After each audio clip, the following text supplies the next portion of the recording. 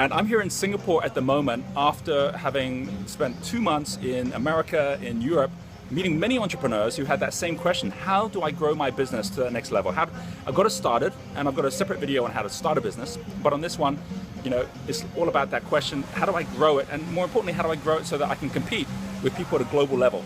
So I'm here in Singapore at the moment, and what I'm going to do is just share with you the background to why I'm going to talk about the fish that roared.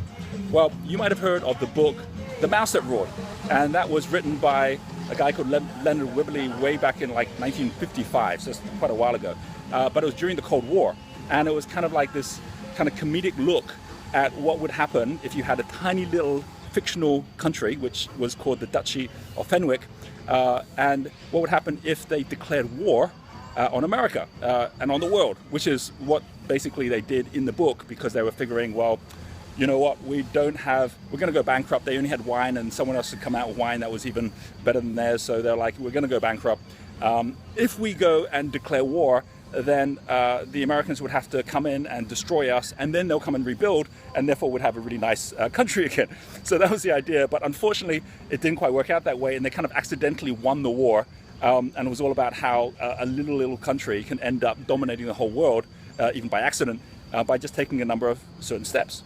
Well, I'm here in Singapore at the moment, and we have an office here in Singapore. We have a whole bunch of different people we work with here in Singapore who are entrepreneurs. One of them, who's actually on this island, Alex Blythe, his company Megazip, I was with their whole team yesterday because they're looking to go internationally. And we talked about these same 3 things I'm going to share with you right now as well. And it all comes to the same story, which frankly is what Singapore used to become global international themselves. And I think of Singapore like the Duchy of Fenwick. They have like no natural resources. Look here, I'm just looking out over the port. You can see right over there. And that's also part of the casino there as well, which, did you know that, now Singapore is as big as Las Vegas in terms of casino revenues. And as a port, it is now the #1 container port in the world. Well, how did it do that from like being a tiny little island with no resources whatsoever? And it did it by not declaring war on the world like the Duchy of Fenwick. It did it by declaring wealth on the world. It did it by declaring wealth on the world by saying, okay, we're going to number one, we're going to go choose a playground which is global. So that's my first thing for you, is what is your playground? Is it your particular industry that you've kind of like defined in your city, in your country? Well, what would happen if you had just turned it and made it global? Singapore, that's exactly what happened. They were way back in 1965, which is when Singapore got its independence. Lee Kuan Yew took power, and at that point he's like, okay, well, first of all, we're clearly not going to just make money by just doing business with ourselves. So, okay, we'll set up ASEAN, which is what they did. That's the Association for Southeast Asian Nations. And that helped a little bit. It's kind of like, we'll just trade between ourselves with like Indonesia and the other countries around here. But then he said, no, we actually got to go global, because that's where the real opportunity is. And so he looked out and said, well, how can we connect with everyone else in the world using the one resource we do have? We're an island. The one resource we do have is water. It's all around us. And so he said, right, let's actually make ourselves a world-leading port. Now, if you choose that, if you say, well, what's the size of my market, and you make it global, it changes everything. It's like that saying goes, if you want to catch whales, don't fish in a pond. It's like, okay, so start with the end in mind. It's like, I want to be having something that's global, so how would I add value to people who might be on the other side of the world? We did this with our wealth dynamics test. We did it with talent dynamics, where it's now available in all different countries. So we went global very quickly, and that allowed us then to learn from other countries in ways that we simply couldn't if we were just focused at our local market. So that then led us to the second thing, and it's the second thing that Singapore also focused at, and that you also need to focus at, which is, now that you've actually chosen your market, how do you make flow not come to you, but flow through you? One of the most interesting things that happened with Singapore is that they said, okay, let's actually take different markets and say how by that flowing through us, it would make that big difference. So for example, if you're in Australia and you want to actually take some goods and move them to Japan, well, you can either wait for every shipment that goes to Japan with the certain volumes that are there, or this is Singapore, where you actually have pretty much escalators everywhere, including outside here at the moment. So just going down the escalators down the hill to get to my little story down here. So this second element, which is all about, okay, well, how do I make sure that I'm having flow through me? If Australia has got containers it needs to get to Japan, Singapore is hardly on the way, but what your goal is to make like the fastest way to get from A to B through you, like it's through where you are. Like, how does it connect up to you? Singapore said, how do we make it more valuable, faster, more efficient, more effective, cheaper for people to actually come via Singapore if they are wanting to get stuff from Australia to Japan? And the way they did it was to say, we're going to be the fastest turnaround. We're going to have more options of ships you can come on to go to Singapore, and then more options on ships you can get onto to then take your containers onto Japan. So as a result, you're going to do better by coming through us than by trying to wait for the next shipment to kind of head, which might be like, once a day, as opposed to like 5 times a day if you just go directly to Japan.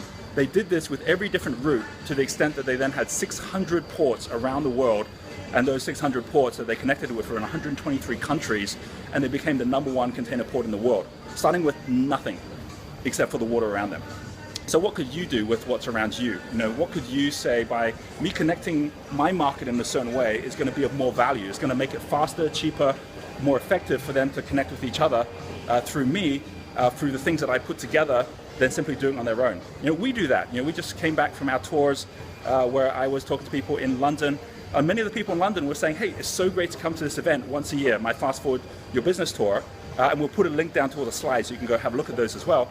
But they were saying that. They were saying, like, we didn't meet each other over the year, but this is the perfect time when we can come and meet up with everybody that's actually really focused at how they're growing their business globally at the moment.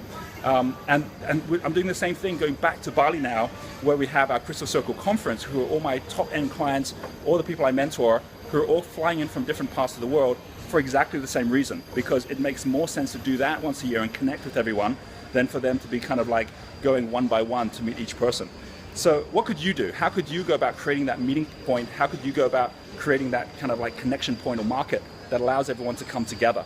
And by the way, let me say to you, I want to do the same thing with this YouTube channel. Now that I'm kind of into my 3rd month with the channel and we're kind of like starting to get a bit of a rhythm going, I'd love it that if you had whatever question you'd like to have answered, whatever question or thing or theme you'd love to have in this YouTube video, put it in the comments, right? Kind of like, okay, what would you like to see as something that you want me to cover? What would be just a very simple question you want me to ask about your own business? Whatever it is you have, let's make this interactive, and let's make sure that I become, or at least this video becomes, a way that you can connect with the people you need to, and also to the information or the knowledge that I could share, which could be helpful to you, right? So go ahead, put a comment in. And that kind of brings me to the 3rd thing. And the 3rd thing is, what happens when you have the flow coming through you? Do you go for economies of scale or economies of speed? The answer is you go for economies of speed, just in exactly the same way that Singapore did that by looking at all those different points and saying, how can we be most effective?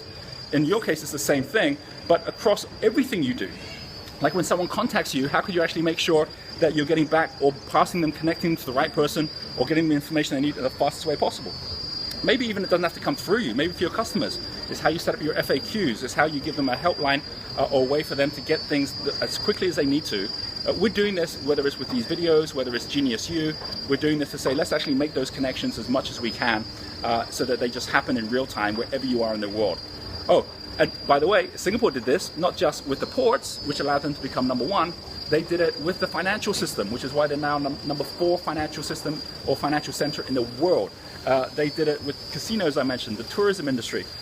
They've done it with the petrochemical industry or logistics, where they've become top world leaders out of over 100 plus countries, I think it's like 200 countries around the world, that they have actually become the #1, or at least between the #1 and #10.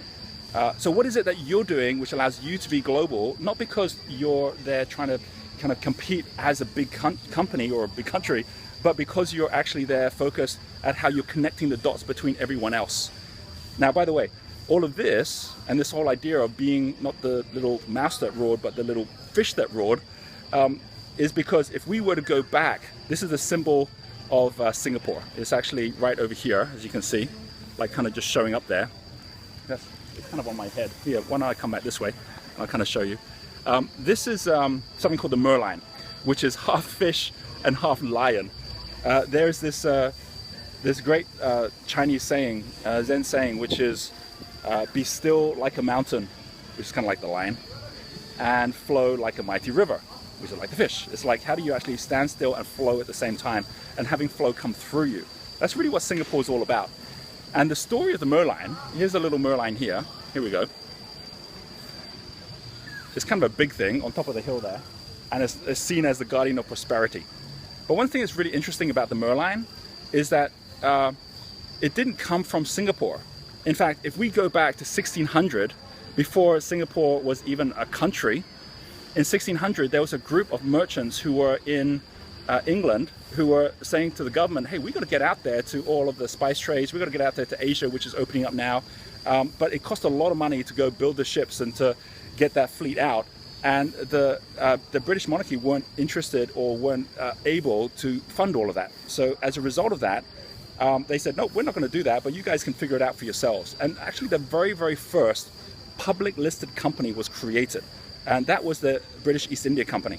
A whole bunch of merchants got together and said, right, we'll all put money into it's like crowd-funded commerce. They all put money in, they all set up this business. It had enough money then to have the crew, to have the first ships, to then sail out.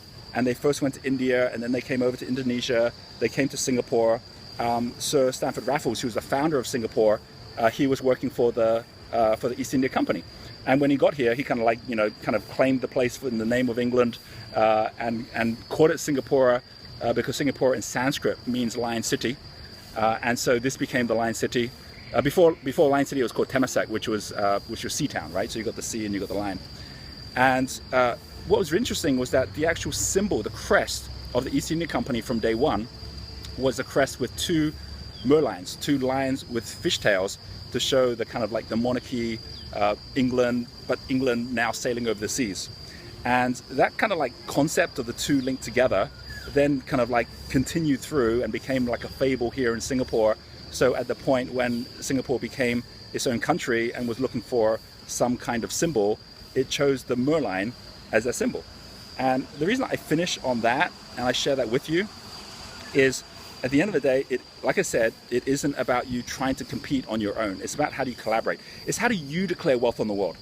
You know, it's how do you actually say, okay, well, what is it I can do straight away right now to just choose a global playground that I'm going to play in?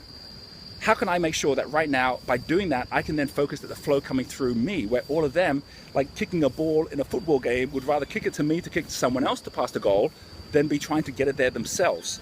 So you become the center of flow, just like Singapore did. And then the third element from there is that once you've done that, how do you make sure that you focus at the economies of speed, not the economies of scale, so people keep coming through you because you become the path of least resistance.